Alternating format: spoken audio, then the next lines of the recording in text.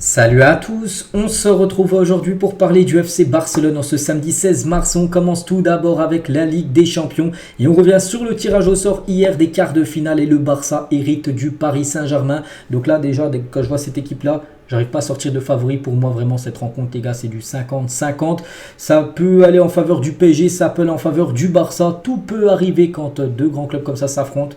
On ne sait pas, c'est dur à donner un pronostic, mais bon, ça reste totalement jouable pour le Barça, peut-être avantage comme peut-être pour le Barça, parce que le match retour sort au Stade Montjuïc, on sait l'importance maintenant des matchs retour, lors des matchs à élimination directe de Ligue des Champions, et à noter les gars, si on regarde l'arbre final de la Ligue des Champions, le Barça je dis contre le PSG, donc s'il y a victoire, enfin qualification du Barça pour les demi-finales, donc ça sera soit l'Atlético, soit l'équipe de Dortmund, je trouve deux équipes où le Barça serait favori, donc voilà, je trouve plus dur d'affronter le PSG que l'Atlético ou l'équipe de Dortmund.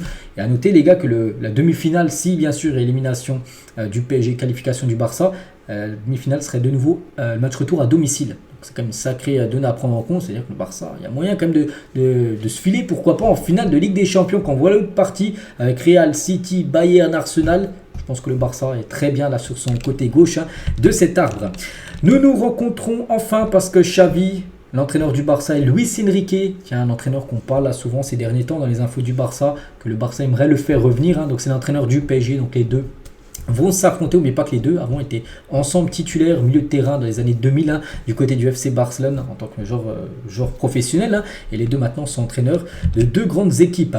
Le retour aussi d'Ousmane Dembélé, Dembélé de retour contre le Barça, le club encore il évoluait la saison dernière. Le vestiaire Blaugrana est satisfait après le tirage au sort de la Ligue des Champions en évitant les deux grands, je sais pas, donc je pense City et l'autre grand, je sais pas si c'est le Real Madrid ou le Bayern Munich. Voilà, bon, le Barça s'en sort plutôt bien, comme j'ai dit, en évitant les deux grands. Et avec le match retour, surtout à domicile, ils apprécient également positivement l'éventuel affrontement en demi-finale, comme j'ai dit, Atlético et l'équipe bien sûr du BVB, l'équipe de Dortmund. C'est pour ça que je dis, il y a une chance de faire quelque chose tout simplement dans cette Ligue des Champions cette saison. Selon une enquête menée par l'équipe, 82% des fans du PSG pensent qu'ils sont les favoris du choc de la Ligue des Champions contre Barcelone. Bon, du côté du Barça, les supporters sont plutôt contents, et du côté du PSG, les supporters sont plutôt contents d'affronter le PSG. Donc voilà, maintenant, comme j'ai dit, c'est du 50-50. On a l'impression que les deux équipes sont plutôt contentes de s'affronter, en évitant quand même, parce que soit le PSG ou même le Barça, tout le monde voulait éviter comme City, qui est quand même pour moi vraiment au-dessus de tout le monde, le Real ou le Bayern. Donc voilà, c'est pour ça que cette rencontre, c'est dur à donner un pronostic, c'est dur de donner un favori, et comme j'ai dit, ça peut partir dans tous les sens, ça va se jouer sur des détails. De toute façon, les matchs de Ligue des Champions, les grands rencontres comme ça, c'est sur des petits détails où ça fait la différence. Le Barça compte le plus grand nombre de joueurs formés dans son effectif parmi les 8 clubs qualifiés pour les quarts de finale. Donc voilà, pour vous montrer aussi que le Barça mise totalement sur la jeunesse. Bon, on le sait quand même depuis quelques saisons. Mais il y a quand même 12 joueurs formés du côté du Barça qui vont jouer normalement les quarts de finale de la Champions League. Araujo, qui sera certainement titulaire lors des deux matchs contre le Paris Saint-Germain. Donc a été dribblé 0 fois dans cette édition de la Ligue des Champions. On sait côté Paris Saint-Germain, il y a un attaquant qu'il va falloir surveiller de très près. Vous savez qui c'est. En plus, la saison prochaine, le Barça va souvent affronter cet attaquant parce qu'il va signer normalement au Real Madrid. C'est bien sûr Kylian Mbappé. Et pour l'instant, Araujo, 0 fois il a été dribblé sur cette édition de la Ligue des Champions. Donc voilà, pour lui, il vaut mieux que ça continue bien sûr contre Kylian Mbappé. Attention à Araujo parce qu'il n'y a pas que lui, mais De Jong, Lamine Yamal, Christensen, Félix, Ferran Torres et Sergi Roberto. Attention parce que s'ils prennent un jaune lors du match aller au Parc des Princes, ils seront suspendus pour le match retour au Stade Montjuïc. Ça fait quand même beaucoup. Imaginez là, les 7 joueurs, ils jouent, ils prennent un jaune, et les 7 sont suspendus pour le match retour. Attention, bon, ils le sauront, bien sûr, ils joueront en sachant que voilà, s'il y a un jaune, ils ne seront pas là pour le retour, donc ils feront attention. Mais voilà, c'est une donnée bien sûr à prendre en compte parce qu'il y a des joueurs cadres, Lamine Yamal, De Jong, Araujo, qui est quand même des joueurs très importants pour l'équipe, donc attention. Concernant le PSG, donc il y a un joueur qui est un cadre du PSG. C'est Hakimi, et lui il sera suspendu. Il avait pris un jaune lors du dernier match contre la Real Sociedad, donc du coup il sera suspendu pour le quart de finale aller au Parc des Princes. Normalement il devrait être de retour pour le match retour.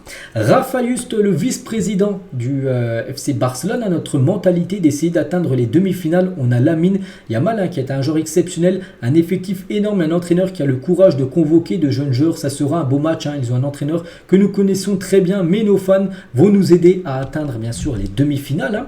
Donc voilà, une petite photo, tiens, qu'on peut voir sur le Twitter officiel du FC Barcelone par rapport bien sûr à ce match contre le PSG. Tiens, un journaliste, il a dit: nous savons tous que Kylian Mbappé sera un joueur du Real Madrid l'été prochain. Mais avant cela, il sera éliminé par Barcelone en Ligue des Champions. Il remplira la principale qualité d'un fan du Real Madrid, être le fils du Barça. Le temps me donne raison, souviens-toi de ceci. Bon, voilà ce qu'il a pu dire tout simplement ce journaliste. Le requin, donc, Ferran Torres affrontera l'un des entraîneurs qui lui a fait le plus confiance, en parlant de Luis Enrique, parce que Luis Enrique avant il était également sélectionneur de l'Espagne, il faisait souvent confiance à Ferran Torres. Donc voilà, les deux, il y a beaucoup d'amitié entre les deux, donc ils vont s'affronter l'un contre l'autre, bien sûr, lors de ce double confrontation. Une petite info concernant Ferran Torres, parce qu'aujourd'hui il y a entraînement, et avant le match de demain contre l'Atlético, il était de retour à l'entraînement. C'est plutôt une bonne nouvelle, parce que lui il est blessé depuis plus d'un mois, Ferran Torres. On continue, on revient bien sûr sur le match. Fermin Lopez, qu'est-ce qu'il pense de ce match contre le PSG, enfin de ce double match Ça sera une confrontation difficile. Le PSG est une grande équipe, mais nous ferons de notre mieux pour gagner. Ils ont des joueurs très dangereux comme Mbappé et Dembélé. Si on contrôle ça avec notre jeu, on va pouvoir leur faire mal. On est en forme. Victor Roquet, qu'est-ce qu'il en pense du PSG? Ça sera un match compliqué, mais celui qui veut être champion de la Ligue des Champions ne peut pas choisir l'équipe qu'il veut. Bien sûr, il a totalement raison. Pour gagner la Ligue des Champions, dans la Ligue des Champions, il y a le mot champion. Et voilà, il faut battre, pour être champion, mais il faut battre les autres qui veulent également être champions. Nous devons travailler dur, bien jouer et nous améliorer. Rafinha, il a dit: il y a 8 équipes qui sont favorites. Nous savions que n'importe quel adversaire serait difficile et le PSG ne fait pas exception. Mais nous savons ce que nous pouvons donner pour gagner. Araujo, tiens, il parle de Mbappé, parce qu'il y a le duel, bien sûr, certainement Mbappé et Araujo. Mbappé est un grand joueur et pour moi, c'est actuellement le joueur le plus dangereux contre 1. Je ne sais pas quel poste je vais jouer, mais je connais sa qualité, parce qu'il ne sait pas encore s'il va jouer défenseur central, Araujo, ou défenseur droit, parce qu'on sait que souvent dans les grands matchs, il joue défenseur droit, donc on verra. Bon, on n'est pas encore là au match qui a lieu dans 3 semaines, c'est pas encore maintenant. Lewandowski, je suis sûr que nous jouerons mieux contre le PSG que lors des matchs contre Naples. Je pense que nous jouerons les demi-finales, donc pour lui très optimiste. Lewandowski, normalement ça devrait être qualification d'après Robert Lewandowski.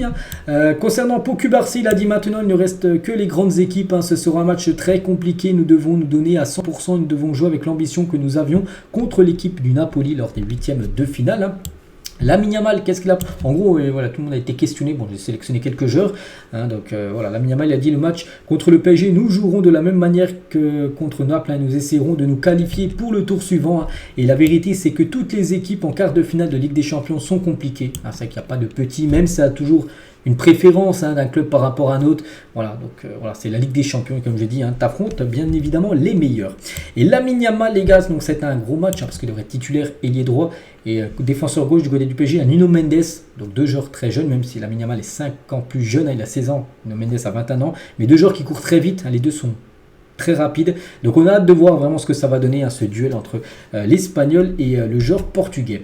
Sergi Roberto aime bien les matchs à élimination directe, parce qu'il a marqué des buts. Par exemple, là c'est la photo de la remontada après le 6-1, et là c'est lors de la passe D qu'il a fait lors de contre Naples, il y a quelques jours bien sûr, donc voilà, à peu près le même genre d'image, et il sera bien sûr lui aussi très important bien sûr pour cette double confrontation. Sergi Roberto. Félix, on connaît la difficulté de jouer contre le PSG, ils ont une bonne équipe, ils s'entraînent bien et ils ont de grands joueurs, mais je pense que jouer le match retour dans notre stade sera une bonne chose pour nous. C'est vrai, je l'ai dit, c'est un avantage, pas se mentir, c'est mieux de jouer à Montjuic au retour que de jouer au Parc des Princes au match retour.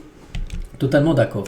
Les unes aujourd'hui, je le montre tous les jours, donc aujourd'hui brutal, par rapport à ce tirage au sort, voilà, on peut voir Mbappé, on peut voir Sancho peut-être à côté Dortmund et Erling Haaland à côté Manchester City, là, un petit en joueur. Et concernant sport, aujourd'hui on va se battre pour cette Ligue des Champions avec Pau Cubarsí, qui a fait quelques déclarations. Les probabilités, c'est dire les pourcentages, donc le match très serré, PSG 52, le Barça 48, donc moi je resterai sur 50-50. Pour moi, je n'arrive pas à sortir un favori, les gars.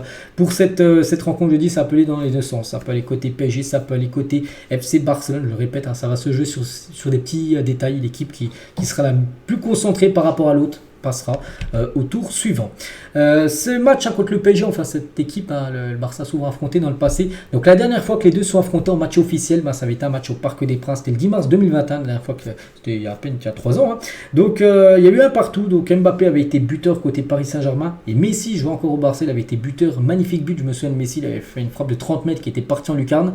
Messi aurait pu marquer un doublé avant la mi-temps, mais le gardien parisien Navas avait sorti le pénalty, c'était fini un partout. Donc au match aller, le PSG s'est imposé 4-1. 4 hein, avec un triplé d'Mbappé. C'est pour ça Mbappé a marqué quand même lors des 2 derniers matchs contre le Barça.